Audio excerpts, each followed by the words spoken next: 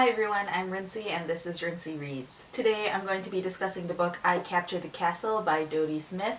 I just wanted to say before I get started about talking about the book, in the haul I talked about how I didn't really like this cover, but the more I stared at this cover because I was reading it, I really like actually this part of the cover, but I just don't like this and this giant J.K. Rowling quote on it and the fonts. Just because it's really obnoxious. Like, this border is really nice. I might do a zoom in on it because I want you guys to see it, but this is really pretty. Right here. I wish this was more of the book and it went on the back more than that. But, I mean, I understand. This book was originally published in the 1940s, I believe, and it recently just got reprinted, so I know that they're trying to drum up some eyes on it because this J.K. Rowling quote is huge. I mean, J.K. Rowling name is almost as big as the actual author's name. This book follows 17-year-old Cassandra. Her family is poor and they live in England, and they live in this castle which her father and mother bought a long time ago. Her father is an author and only wrote one book, but this book was a huge success, especially in America, and so that's when they had money, when the book was first published, and he was touring, and then something happens and then now he isn't writing anymore. This book is told completely in first person through Cassandra's eyes. The chapters are written as if they're journal entries. Basically, Cassandra is writing this because she wants to be a writer. She wants to sort of hone her skill set, so she gets a journal from someone, and so she just writes down what happens every day. I've heard amazing things about this book before I read it, which made me want to pick it up when I saw it at the used bookstore. And I think I went into it with kind of high expectations because I'd heard so many people talking about it, which may have altered my view of this book a little bit. So I'll explain, the things I liked and the things I didn't like. The best part, hands down, is the narration and the writing in this book. Cassandra is an amazing character. She's a lot of fun. She has interesting viewpoints on the world around her. Sometimes I felt like she was younger than 17 because of the way she was viewing the world was very naive. But I think the reason for that is also because this book takes place in an era where when you were 17 you were still kind of naive and you didn't really know much about the world. Especially for someone like Cassandra who is poor, she doesn't really get out into the world very much because they don't have the money to travel or to go into town or to have a real education. Most of her education is coming from the books that she's reading or in things that she can pick up from the other people around her. But at the same time, since she is 17, she's also thinking about things like love and marriage. She has an older sister named Rose who is 21, I believe. She's starting to get into the age where she is able to get married. Rose very much spends the beginning part of the book sort of lamenting over the fact that she doesn't know who she's going to marry because they don't really interact with a lot of people outside of the group that lives in that castle, which is Cassandra, Rose, their father, their stepmother, and then Thomas, whose mother used to work for them, but then his mother passed away, so he still lives at the castle though and helps out around the house, and Stephen, who technically works for them as well, even though he doesn't get paid because they're too poor to pay Stephen. This book goes over, I believe, a 6-month period, and so it's not like these entries or these chapters are day after day. Sometimes she does it like a couple days at a time, or a week will pass and then she'll write and catch us up on the important things that have happened.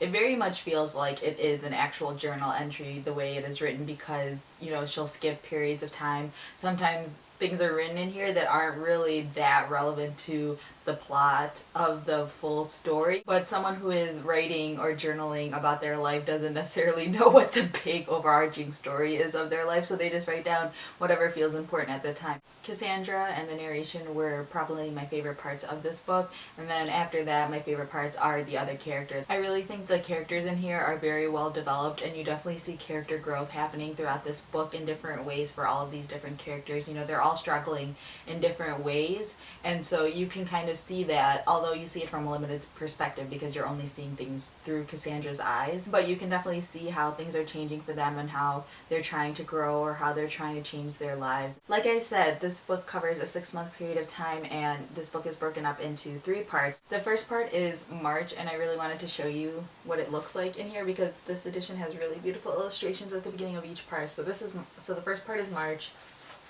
the second part is April and May, and then the last part is June to October. One of the downsides of this book was the plot itself to a certain extent. The entire first part there wasn't really much that happened. It was just character setup or story setup. It finally picks up at the end of part 1 and then into part 2. The castle where this family lives is owned by someone else, and so that castle gets, the main land is sold to a new family from America, and then they move into the castle and they have 2 sons, and so there's this whole love story that starts to develop. I found the plot to be more interesting once the Americans arrive. Simon and Neil are the 2 Americans who buy the land. Once they move into the castle, and then they come over to the property because they see this other castle on their property.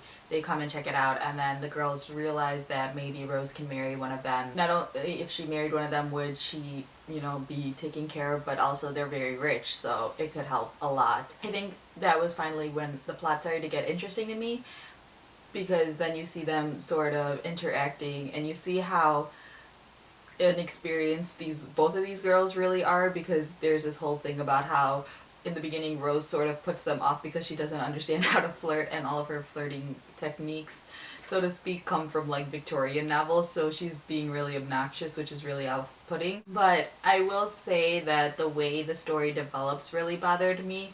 I don't want to give too much away about the ending, but I definitely felt a little deceived by what was happening. It might be because, again, this is all told through Cassandra's eyes, so you have very limited perspectives of everyone else, but there's this whole struggle between who loves who really, and I don't want to say more than that because I don't want to spoil it, but anyone who's read the books knows what I'm talking about. The ending left me really unsatisfied, I'll just say that. Also, one other thing I didn't really like is that Stephen was like my favorite character in this book. I thought he was so sweet. I felt like he got the short end of the stick in this book. I felt so bad for him. He seemed like he was really adorable, and everyone kept talking about how attractive he was. And not to be like, oh, just because someone's cute and nice, that means like everyone should fall in love with him. But I really couldn't understand why Cassandra didn't. Oh well, the heart wants what the heart wants, I guess, is the point of the book. In the end, I really did enjoy I Capture the Castle a lot. I wouldn't say it's one of my favorite books like a lot of people say it is, but it's definitely a very entertaining read. I think towards the end I started to get a little bit frustrated, and I just wasn't crazy about the way it ended. I still really enjoyed this book, and I definitely think Cassandra is like a great narrator. You know, it's very rare to find first-person narration where you like love the narrator so much. I feel like most of the times I don't like the narrators. I usually like the side characters more, but I feel like Cassandra's so interesting, and she's so fun and smart, and she's so curious, and it definitely helps move the story along in a way that usually doesn't happen. I did give this 4 out of 5 stars on Goodreads, so it's not like I hated this book or anything like that. It's just those small parts, but obviously those little things didn't harm my view of the overarching story that was happening here. If you read this book, definitely comment down below about what you liked or didn't like about the book, and I'd love to talk to you guys more in the comment section about what happened at the end of this book and why it bothered me. I just don't want to give it away in the video itself, so if you haven't read the book yet, you know, you can definitely leave comments as well, but just forewarning, I may be talking about things in the comment section that happen, so watch your eyes for spoilers. And as usual, I have links down below to my Goodreads, Tumblr, and Twitter, so feel free to follow me on there as well. So yeah, that's all I have for now, and thanks for watching.